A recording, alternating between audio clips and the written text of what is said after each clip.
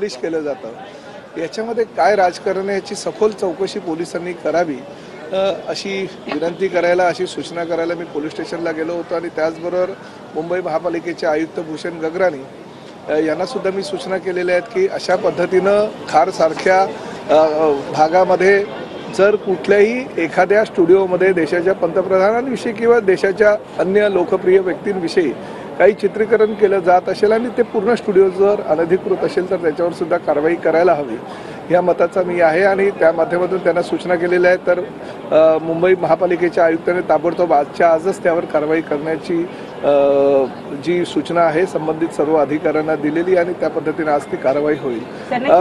हा जो कामरा नावाचा जो व्यक्ती आहे तो विकृत आहे आणि ते विकृतीचं चित्रीकरण तो करतोय आणि संविधानाची प्रत घेऊन परत ही अशी घटना घडल्यानंतर सुद्धा तो एक व्हिडिओ प्रकाशित करतो की मला संविधानानं लोकशाहीनं ह्या पद्धतीचे मला काहीही बोलण्याचा अधिकार दिलेला आहे। मला एक गोष्ट सांगा की भारतीयातील कुठली जर प्रशांत जो कोरटकर आहे त्याविषयी अशा प्रकारचं जर संविधानाची प्रत घेऊन चुकीच्या प्रकारे वक्तव्य करत असेल तर आम्ही तरी ते मान्य करू का? त्यामुळे अशा प्रकारची जी विकृती आहे ती विकृतीला ताबडतोब ठेचलं गेलं पाहिजे आणि जो जिथे असेल तिथे त्याला अटक केली पाहिजे। पोलिसांच्या म्हणण्यानुसार तो पॉंडेचेरीला पळालेला आहे, परंतु पॉंडेचेरी पोलिसांशी सहकार्य करून सुद्धा त्याला ताबडतोब मुंबईला खार पोलीस स्टेशनला आमचे मुर्जी पटेल यांनी जो गुन्हा म्हणजे खरं तर MIDC पोलीस स्टेशनला आहे परंतु तो खार पोलीस स्टेशनला वर्ग करण्यात आला आहे,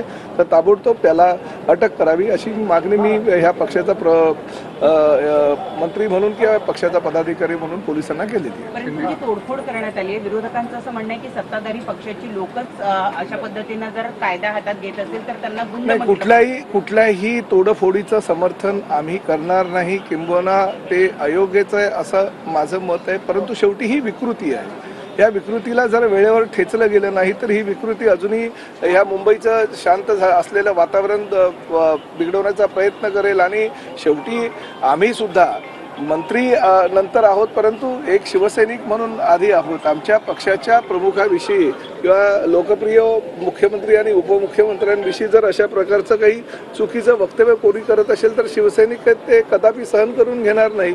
पोलिसांनी पोलिसांचं काम केलं आहे, त्यांच्यावर गुन्हे दाखल केलेले आहेत, त्यांना न्यायालय